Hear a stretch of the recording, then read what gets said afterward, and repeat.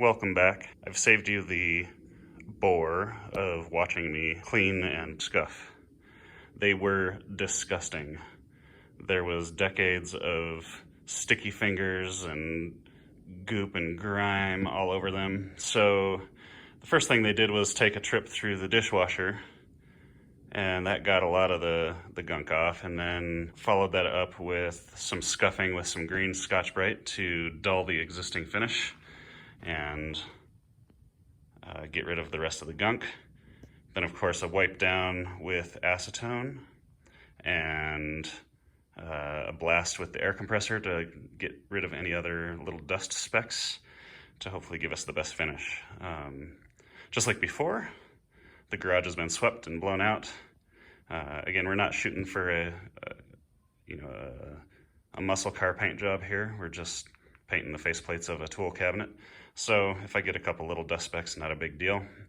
And once again, it's winter, it's quite cold, but placing them in the sun helps them warm up. I've also got the paint in the sun, it was in the sun, and helping the paint get warm, helping the metal get warm to ensure the best kind of finish.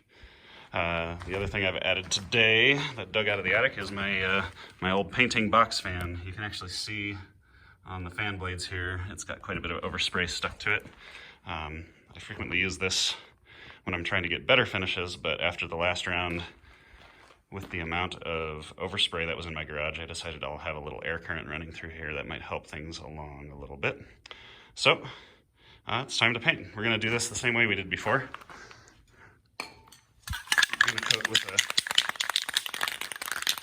shake up your paint, obviously. We're gonna give everything a real light coat at the beginning. It's the sticky coat.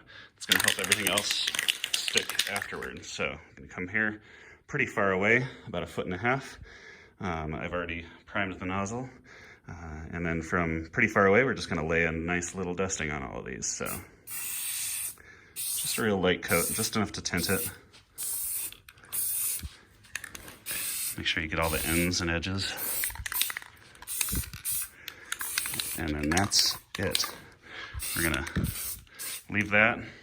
I actually got that one on the left a little heavy, but we'll leave that, let that set up, and then we'll come back with the next coats. And once again, this gives it a sticky coat so that the layers that come after this do not, well, maybe not, don't run, but have less of a chance of running because they have something better to grip onto.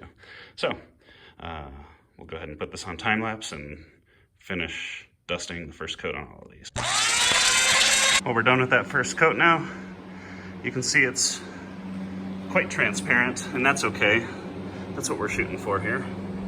It doesn't have to be a perfect coverage. I did get a couple splatters towards the end here. The previous can of paint was about to run out, and when it did, it started spitting a little bit.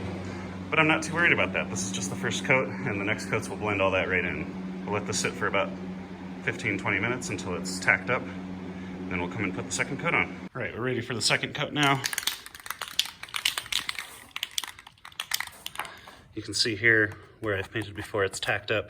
It's not fully dry. A little residue on my finger there, but it's not leaving fingerprints, and that's when we know it's time for the next coat. Prime the nozzle. Now this time we're gonna spray a little closer and a little slower and a little heavier, but we don't wanna run the paint, so we just wanna get a nice clean coverage. So here we go. And you can see there's a little bit of orange peeling, and it's not quite complete coverage. That's still okay. That's really what we're shooting for on the second coat. We want to get a good base, but we don't necessarily want to put so much paint down that it starts running off.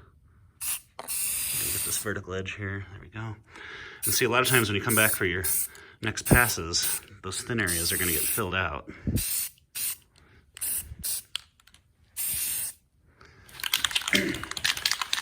Now I found that this orange paint likes to run.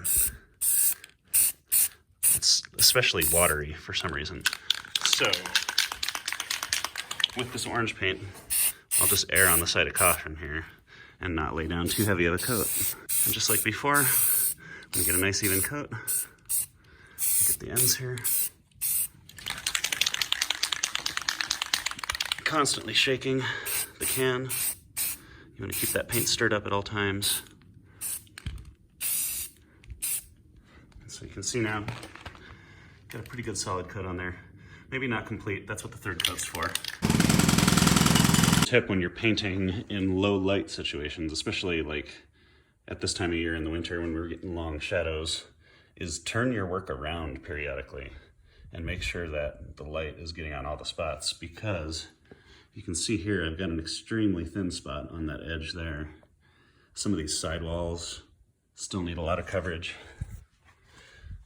There's still quite a bit of thin stuff here, so I don't think we're gonna get this finished out of this can of paint, unfortunately. I was also looking at a lot of these edges here, and you can see these top edges. So earlier I mentioned how watery orange paint tends to be, and this is not the first time I've had this issue. I've had this with all brands of spray paint, specifically in orange color. I've had really great results with other colors and been able to put down really nice paint jobs with rattle cans. Despite the inexpensive nature of it, I've always been able to get smooth coverage. But orange, for whatever reason, is extremely runny, and I'm not sure why that is. It must have something to do with the pigments that they use and the carriers that they use. They always tend to be pretty transparent and pretty runny. And you can see here the effects of that. And unfortunately, this happened a lot on these faceplates. So anyway, minor flaws. Again, I've got to remind myself it's just a toolbox. It doesn't have to be perfect, but I am a perfectionist sometimes, and so little errors like this tend to bother me. But just wanted to show you my progress and show you too that mistakes do happen. These top edges where everybody's going to see it are pretty thin still. So we're going to need to procure another can of paint, and then I'll show you guys a tip on how to get those edges up a little bit and easier to paint and get a good coverage on an odd shaped object like this.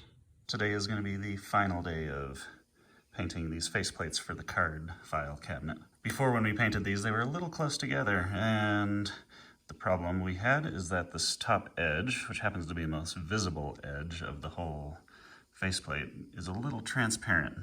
You can see there the coverage just isn't great. And so today we are going to rearrange these so that they can be painted in a more direct manner, so that we're less likely to run the paint and more likely to get a nice complete clean coverage. So really easy to do. I've got my masking cardboard up on my workbench.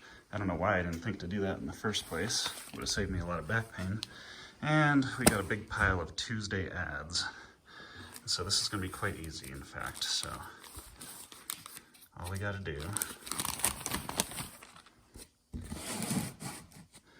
is we're going to take one of these Tuesday ads. Let's see if I can do this with my camera in the other hand. Roll this up. Doesn't have to be anything fancy. There we are. Nice little tube. And we'll set our faceplates up on the tube like so. What we want is we want that piece of paper to go a little past the front edge of that frame. Not only will that raise it up a little higher, but that will also make sure that the paint doesn't stick along that edge and create any kind of peeling. So let's grab another frame, place that one on the other side, and I'll just do the rest of these, and we'll be back in a moment to finish painting. Well, that's all done. You can see here I've actually turned the workbench a little bit to position it so that the sun is coming through the gap. We don't want any shadows on our work when we're working.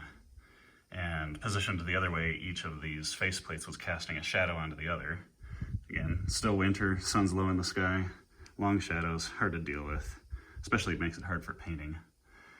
But by turning the workbench and turning the work, we've been able to mitigate those shadows. That way I'll be able to inspect the paint as it goes down, make sure that I'm getting a good even coat on all of these top edges. And then that's really going to be the end of this paint job. So I'm not going to bore you with the details of the painting. You've seen plenty of that. But same as before, we're starting with a fresh coat on some paint that's been drying for about a week due to other obligations. So we'll want to make sure we lay that first coat down light, create a sticky layer for the next one, and then we can go a little heavier on the second coat. So I'll be back in a little bit when these are dry and we're ready to install. It's getting exciting.